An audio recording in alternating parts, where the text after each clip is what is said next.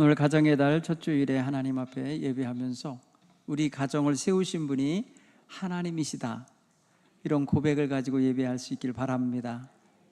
그렇죠? 우리 가정은 하나님이 세우셨습니다.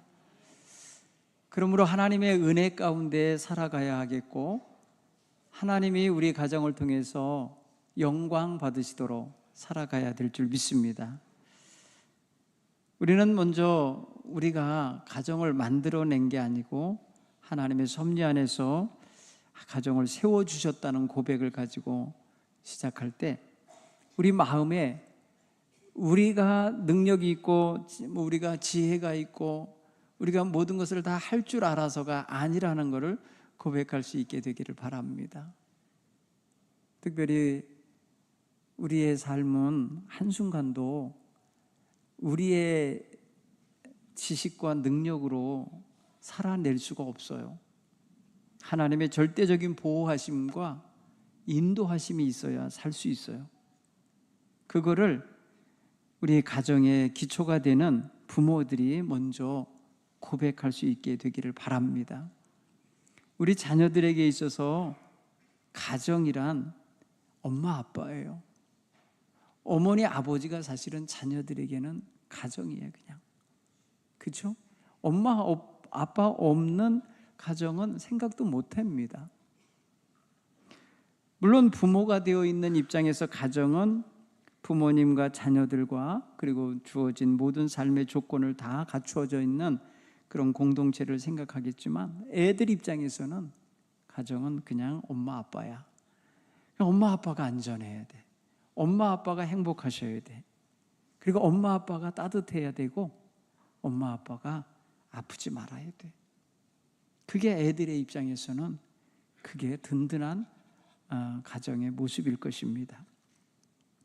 오늘 그런 의미에서 자녀들을 생각하시면서 예배하는 부모님들의 마음속에 내 자녀들은 우리 가정을 든든한 가정으로, 행복한 가정으로, 따뜻한 가정으로 인식하고 자랐는지, 그렇게 또 자라가고 있는지 생각해 보시기 바랍니다. 이미 출가하고 분가한 장성한 자녀들은 각자 자기네 가정을 따뜻하고 행복한 가정을 만들기 위해서 매진하고 있습니다. 그러나 부모는 살아있는 동안 계속해서 자녀에게 의미 있는 존재입니다. 돌아가셔도 그 부모님을 기억하고 있는 자녀들의 입장에서는 그 부모님은 계속해서 의미 있는 존재입니다. 그러니 살아계실 때는 오죽하겠습니까? 살아 계신 동안은 마음의 중심점이 됩니다. 그래서 늘 돌아보게 되고 살펴드리게 되고 찾아가서 문안을 여쭙게 되는 것이죠. 그런 면에 있어서 부모님은 자녀들에게 아주 중요한 분이시에요. 그러니까 자녀들은 그 부모, 그 중요한 부모를 잘 섬기고 살아갈 수 있도록 살아가는 동안에, 성장하는 동안에 배워야 하고, 그 존재하시는 분의 의미를 알아야 되고, 부모님의 가치를 알아야 되고, 부모님이 베푸시는 사랑과 은혜의 그 범위를, 그 사랑의 깊이를 알아야 되는 거예요. 그래서 장성한 자녀들이 저절로 효자 효녀가 되거나 효부가 되는 게 아니더라고요. 어려서 받은 바 사랑과 은혜, 부모님의 귀하신 손길과 따뜻한 양육에서 그런 힘을 얻는 거예요. 그러니 연로하여 가시는 우리 어르신들은 자녀들이 정말 효도하고 자신을 잘 보살펴주는 자녀들이 됐으면 좋겠다, 이런 생각 갖게 되잖아요. 억지로 안 돼도 우리 자녀들이 스스로 깨닫고, 나의 부모님 없이는 내가 세상에 있을 수 없었고, 나의 부모님의 희생과 헌신을 먹고 자란 내가 부모님을 홀대하거나 또 부모님 앞에 그릇된 언행을 하는 자녀가 되면 안 되겠다, 이렇게 생각할 수 있는 이런 모든 가치관이 어디서 나오느냐? 어려서부터 부모님의 양육에서부터 그것이 배워지고 또 형성된다 믿습니다.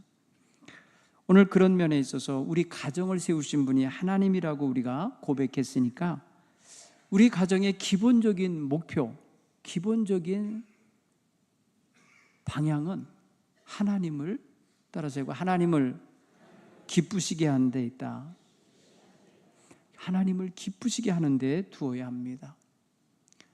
우리가 어떤 모양으로 형성이 됐든지 우리 가정이 이미 형성돼서 자녀들을 낳아서 길러냈고 또 분가시켜냈고 출가시켜 주셨어요. 그러면 우리 가정이 형성되는 그 순간을 기억해야 합니다. 수십 년 전이 되겠죠. 그러나 그 기간 동안에 하나님의 은총 없이 우리 가정이 살아온 게 아니라 하나님의 한없는 돌봄과 은혜 안에서 살았음을 고백해 내시는 이러한 귀한 가정의 달이 되기 바랍니다. 하나님이 우리 가정을 세우신 목적은 하나님 영광 드러내며 살고 하나님의 형상대로 지음받은 가족들이 함께 사랑하며 존경하며 섬기는 모습으로 살아가기를 원하시는 것이라 믿습니다.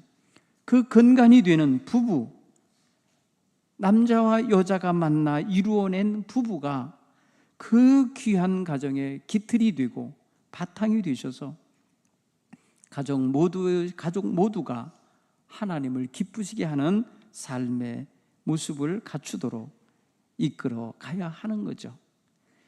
하나님이 우리 가정을 세우신 데에는 하나님의 사랑과 하나님의 언약을 온전히 드러내고 하나님의 사랑과 하나님을 향한 거룩한 믿음의 삶을 잘 살아내기를 바라시며 세웠다고 믿습니다. 너 하나 잘 먹고 잘 살아라 해가지고 주신 게 아니라 하나님과의 관계 속에서 살도록 우리의 가정을 세워주신 거예요. 그러니 우리의 가정에서는 하나님 사랑합니다의 고백과 하나님 섬기며 헌신하는 삶의 모습이 늘 드러나야 되고 우리 가족들의 성품 속에는 하나님의 속성이 되는 이런 사랑과 거룩함이 묻어나며 살아가야 되는 거죠. 이것을 위해서 부모는 자신들이 먼저 하나님을 아바 아버지로 영접하고 살아가는 신앙의 기초가 주어져야 되는 것입니다. 오늘 성경에는 하나님을 알지 못하고 살던 사람이 어느 날 자기 직장에서 그 사람 직업이 간수입니다. 곧 감옥에서 죄수들을 관리하는 직업이에요. 죄수들이 잘못하면 끌어다가 때리기도 하고 손발에 쇠사슬을 채워서 감옥에 가두고 지키는 일이 자기 직업인 사람이 있었어요. 어느 날 그 감방에 바울이라고 하는 전도자와 신라가 잡혀 들어왔습니다. 장관의 명령에 의해서 두들겨 팼습니다. 책찍질을 하고 그들에게 커다란 징벌을 가했습니다. 나중에서야 이제 이 모든 것들이 큰 잘못인 것을 그들이 알고 사과하고 어쩔 줄 모르는 상황이 벌어지지만 이 일의 전제가 되는 배경에는 복음을 전하는 가운데 그 지역에서 귀신 들려서 길거리에 앉아 점치던 여자아이를 고쳐준 것 때문에 그 점쟁이 노릇하는 여자아이에게서 돈을 얻어먹고 살던 자들이 고발을 한 거예요.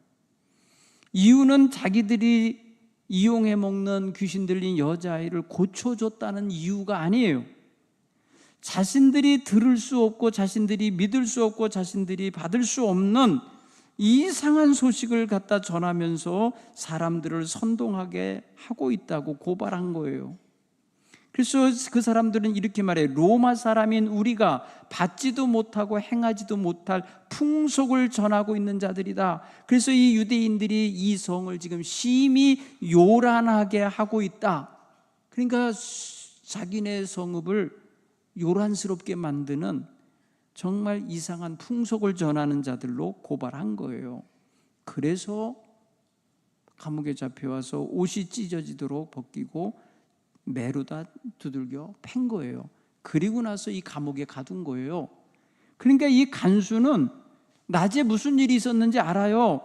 이미 그 사람이 왜 잡혀왔는지, 자기 감옥에 자기의 담당으로 왜 배정돼서 와 있는지 알고 있어요. 그래서 그들은 상당히 뭐랄까요, 이 죄수를 엄히 다루고 그냥 내보낼 수 없는 자로 지금 여기고 있어요. 그런데 밤에 갑자기 이 두 사람이 기도하며 하나님을 찬송했다고 성경은 25절에 말합니다. 한밤중에 찬송하고 기도했다는 거예요. 우리의 인생에 있어서 있잖아요, 한밤중 같은 시간은 사실 하나님께 찬송하며 기도할 수 있는 시간이에요. 그래야만 할 시간이고, 또 어렵고 힘든 시간일 수 있습니다. 이유 없이 잡혀서 매를 맞고 억울하게 감옥에 갇힌 사람들에게 있어서의 한밤중은 하나님께 도움을 청해야 될 시간인 거예요. 사실은 이들은요, 자신들이 거기서 억울하게 잡혀 들어가기가 잘 빠져나오도록, 석방될 수 있도록 기도할 수도 있었을 거고, 이 상황이 원만하게 해결되기 위해서 기도할 수도 있었을 거예요. 오늘 성경 본문의 말씀을 보면 이 기도와 찬송이 하나님께 향해지고 있다는 데 초점이 모아져요.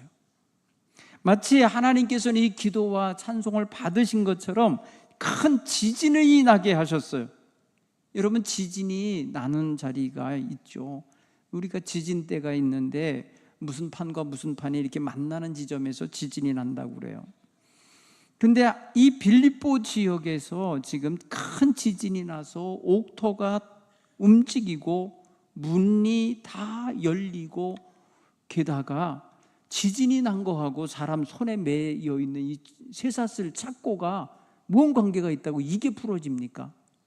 이걸 보면은 이 지진과 옥문이 열린 사건과 착고가 풀려지는 사건은 하나님의 개입인 거예요. 단순한 지진이 아닌 거예요.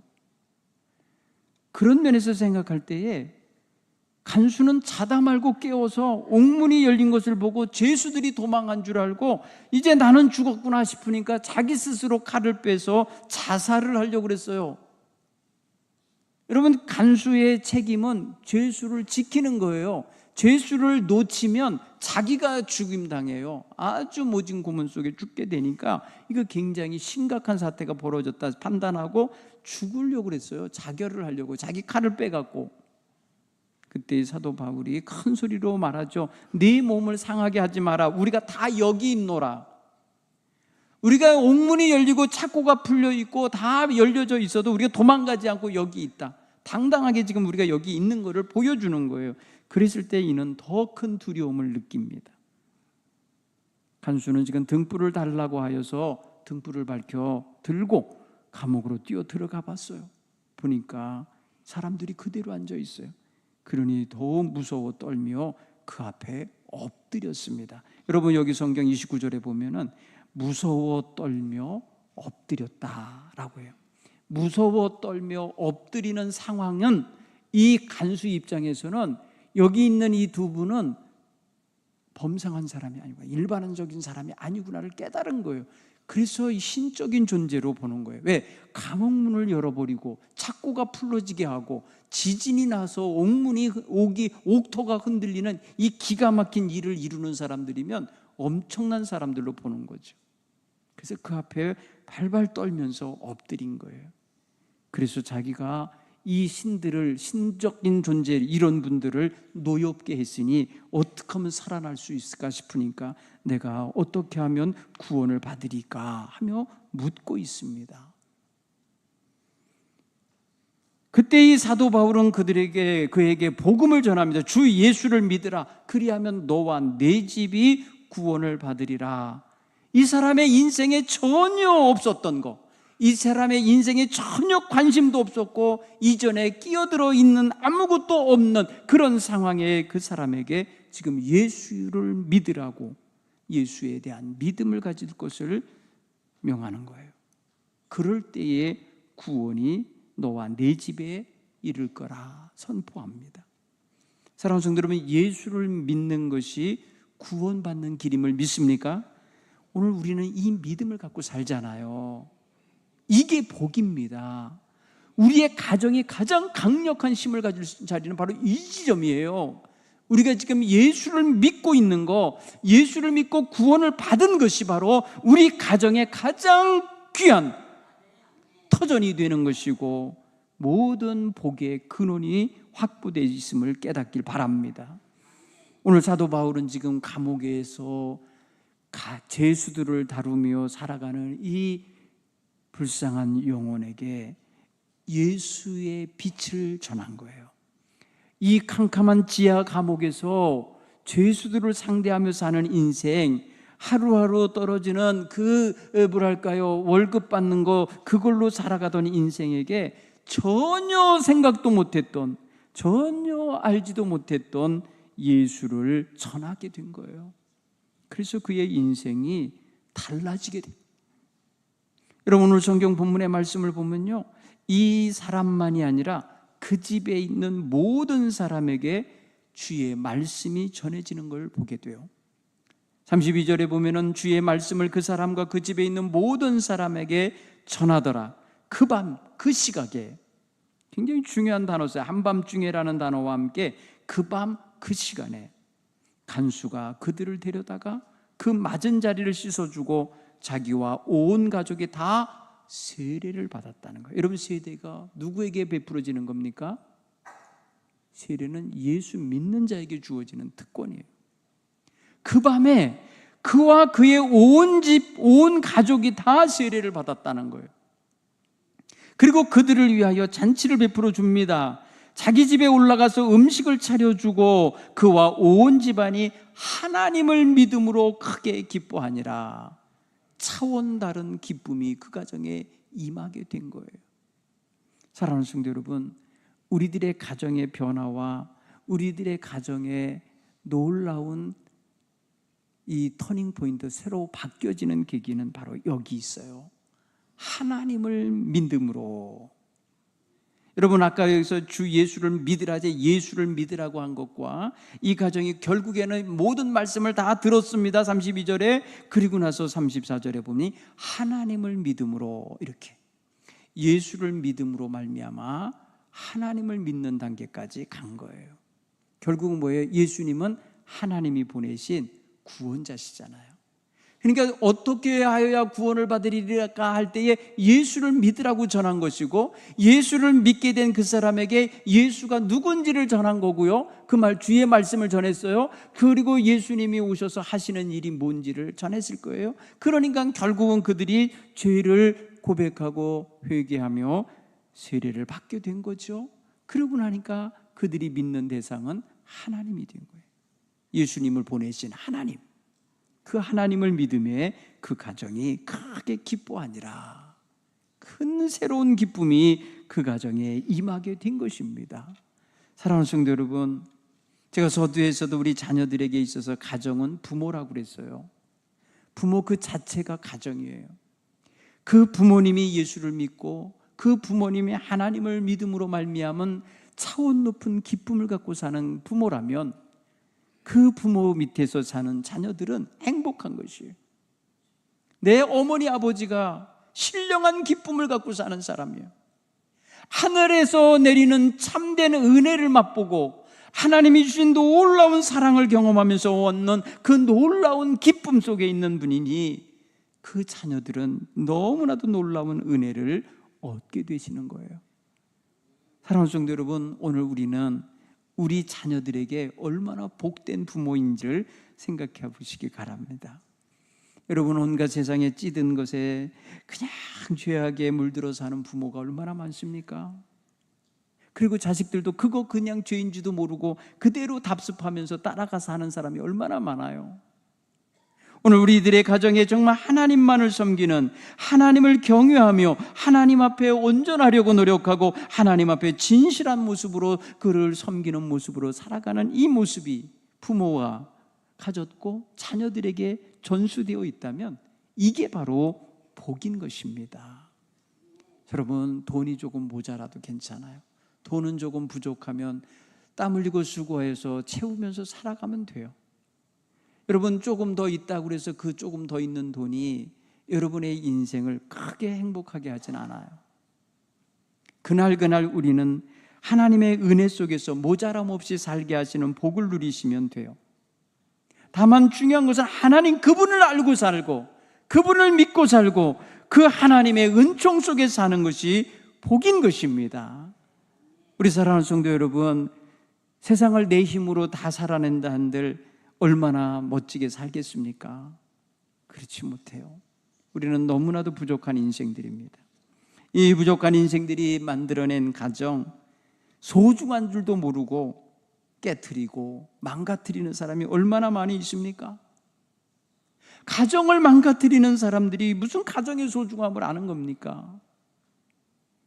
가정은 어떻게든지 아름답고 복되게 세워가고 지켜가고 보호해야 한다는 걸 알아야 돼요. 여러분, 가정은 우리 자녀들에게 있어서는 사랑과 안정을 얻게 되는 곳, 그들의 마음의 보금자리요, 거기에 뿌리를 내리고 있는 곳이에요. 그러므로 가정이 참으로 불안정하고, 가정이 마치 말이에요, 모래밭 같고 돌짝밭 같으면 거기에 어떻게 뿌리를 내리고 거기서 온전히 건강하게 성장할 수 있겠습니까? 우리 사랑이 많으신 부모님의 마음이 옥토와 같이 사랑으로, 평강으로, 기쁨으로, 그리고 아름다운 그러한 용서와 배려의 마음으로 자녀들 앞에 늘 열려 계셔야 자녀들이 그곳에 뿌리를 내리고 거기에서 안정을 찾고 거기에서 위로를 받고 거기에서 존중과 배려를 배우며 살아내지 않겠습니까? 오늘 우리 사랑하는 가정이 바로 이렇게 자녀들에게 안정을 주는 그런 가정이 되는 길은 부모님이 믿음 안에서 하나님을 영화롭게 하며 사는 데 있음을 깨닫기 바랍니다. 여러분, 자녀들은요, 부모님이 계신 곳이 늘 마음의 고향입니다. 자기가 태어난 지역이 고향이 아니라 부모님 계신 곳이 고향인 거예요, 사실은 보니까. 왜냐하면 부모님 몸에서 났거든요. 네? 아버지 날 낳으시고 어머니 날 기르시니 그 은혜가 하회와 같습니다라고 고백하는 그 마음 속에는 부모님이 고향인 거예요.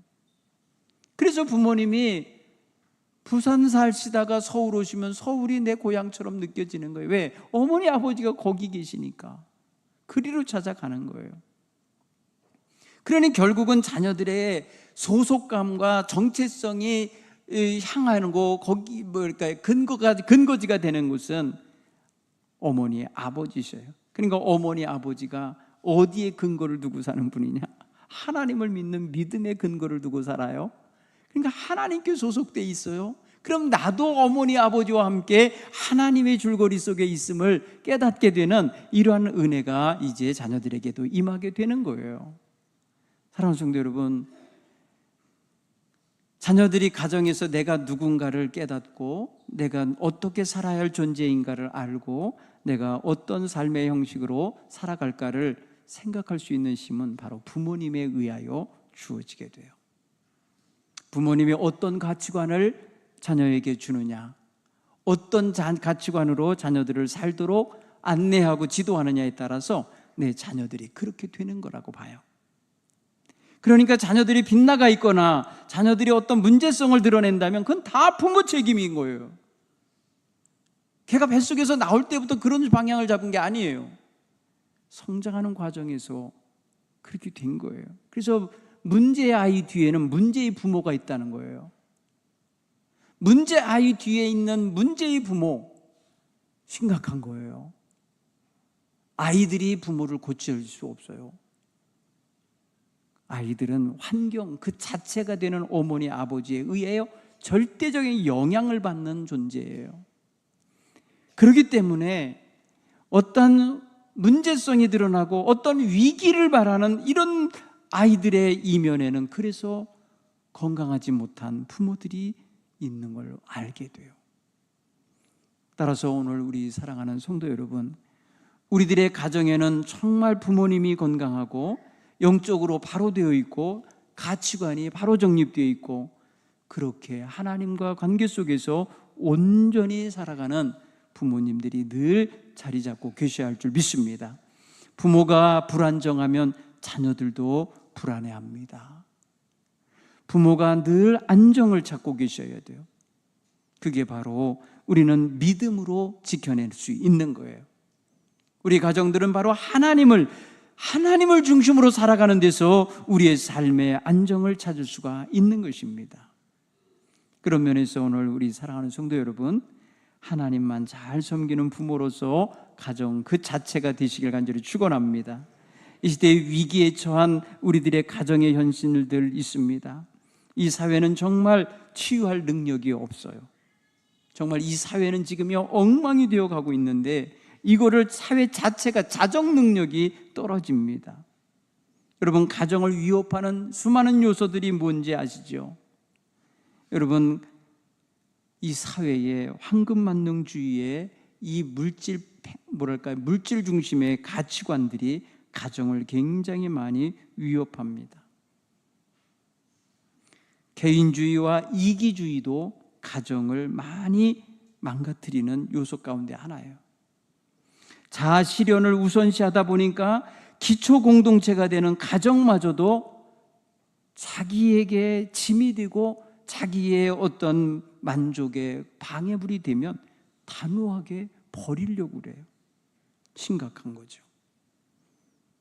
이혼율이 증가되거나 결혼을 기피하는 현상이 만연해 가고 있는 이 문화도 사실 상당히 가정에 위기를 가져오는 요소입니다.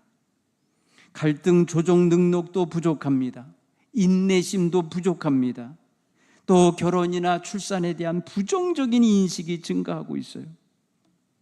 그래서 결혼이 필수가 아니라 선택이라고 생각하는 이런 젊은이들이 많아지고 있습니다. 여러분, 이것이 지금 이 사회가 우리들의 가정을 장래성 없게 만드는 정말 위험한 요소들이에요. 물론 경제적인 불안정이나 과도한 생계 부담으로 인해서 경력이 단절되는 게 두렵고, 어떤 사람은 말이에요, 그 수입이 줄어들까 봐, 수입이 아이들 기르는 쪽으로 너무 많이 나갈까 봐 이런 거에 부담을 가져서 결혼을 안 하려고 한다고 그래요.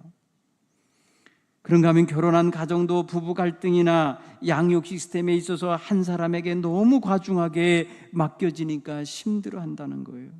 거기다가 맞벌이를 하는 시대인데 아이를 길러가야 될 이러한 부담이 공동으로 주어지질 않고 누군가에게 일방적으로 주어지면 지치는 거죠. 그게 너무나도 심각합니다. 오늘날 연속극이나 이런 미디어를 통해서 전해지는 가정 해체의 모습이 너무나도 일반화되어 있어요. 요즘에는 이제 심하게 동성애자들끼리 함께 사는 것을 마치 말입니다, 자연스러운 것처럼 드라마나 이런 데서 만들어내요. 심각하죠. 그러니 여러분, 성의 역할에 대해서 혼란을 가져오는 시대가 됐어요. 가치관이 엉망이 되고 있는 거예요. 이 모든 게 다 가정의 위기를 촉발해내고 있어요. 이런 것들을 우리는 심각하게 보는 눈이 열려야 되는데 내 집 일이 아니니까 무관심한 게 많죠. 그래서 이런 사람들에게 그렇게 물어봐요. 당신의 며느리가 어떤 남자인데 아들이 남자애를 데리고 와서 엄마 이게 얘 며느리예요 이러면 받아들일 수 있을지, 딸이 말입니다 또 여자애 데리고 와서 엄마 사위예요 그러면은 받아들일 수 있을지. 우리는 그러지 않으니까 아무 문제 없어요. 그런데 지금 이 시대가 그렇게 돼가고 있다니까요. 여러분, 이런 심각성을 알아야 돼요. 어떻게 우리 가정을 지켜내고 우리 자녀들로 하여금 건강한 가치관을 갖게 해야 되겠습니까? 여러분, 이거는 오직 하나님 앞에 설 수밖에 없어요. 하나님 안에서의 건강한 가정, 하나님 안에서의 하나님 뜻에 맞는 가정 되려고 하는 이런 모습이 있지 않고서는 엉망이 될 수밖에 없는 거예요. 이 시대의 흐름에 그냥 맡겨놓으면 우리의 가문들이요, 한 세대 지나고 나면 큰 위기에 봉착하게 되는 걸 보게 될지도 몰라요. 여러분, 가정에서 그래서 부모가 있고 자녀가 있고 손자 손녀가 있게, 이게 살아가는 게 정상인 거예요. 제가 정상 비정상을 말할 입장은 아니지만 저는 이게 맞다고 봐요. 그래야 대를 이어가며 하나님이 주시는 복을 누릴 수 있는 거 아니에요. 대가 이어지도록 해야 되는 거라는 거죠. 하나님은 이런 선하신 뜻을 가지고 우리의 가정들을 세워가기를 원하고 계십니다. 그러니 오늘 우리는 오직 하나님만 섬기는 자세를 가져야 된다는 거예요. 오늘 여호수아는 우상 숭배에 빠져 있고 향락에 빠져 있고 음란함에 빠져 있고 물질주의에 빠져 있는 이스라엘 백성들에게 오늘 너희가 섬길 하나님을 택해라. 나와 내 집은 오직 여호와만을 섬기겠노라. 이러면서 먼저 나는 여호와 하나님을 섬기겠다고 선포하며 백성들에게도 촉구한 거예요. 사랑하는 성도 여러분, 오늘 우리 그리스도인이에요. 하나님이 세워주신 가정을 이끌어가고 있는 성도들이에요. 우리들의 가정이 이 사회에 그렇게 말할 수 있는 가정들이 되어서 살아내야 되는 거예요. 하나님의 복을 받는 가정을 봐라, 하나님이 인도하는 가정이 어떠해야 되는지를 봐라 하면서 살아낼 수 있어야 돼요. 오늘 저와 여러분의 삶 속에 하나님이 우리 가정을 세우셨다는 고백을 가지고 시작했으니까 살아가는 동안에 하나님 기쁘시게 하며 살기로 소원하시기 바랍니다. 하나님 뜻대로 살기 원하시기 바랍니다. 그 안에서 자녀들을 낳아 기르고 손자 손녀가 그렇게 자라나기를 소원하시기를 간절히 축원합니다.